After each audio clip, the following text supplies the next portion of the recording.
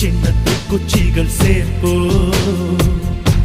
தீ வளர்த்து பார்ப்போ விடியல் வரும் முன்னே இருள் எரித்து கொள்வோ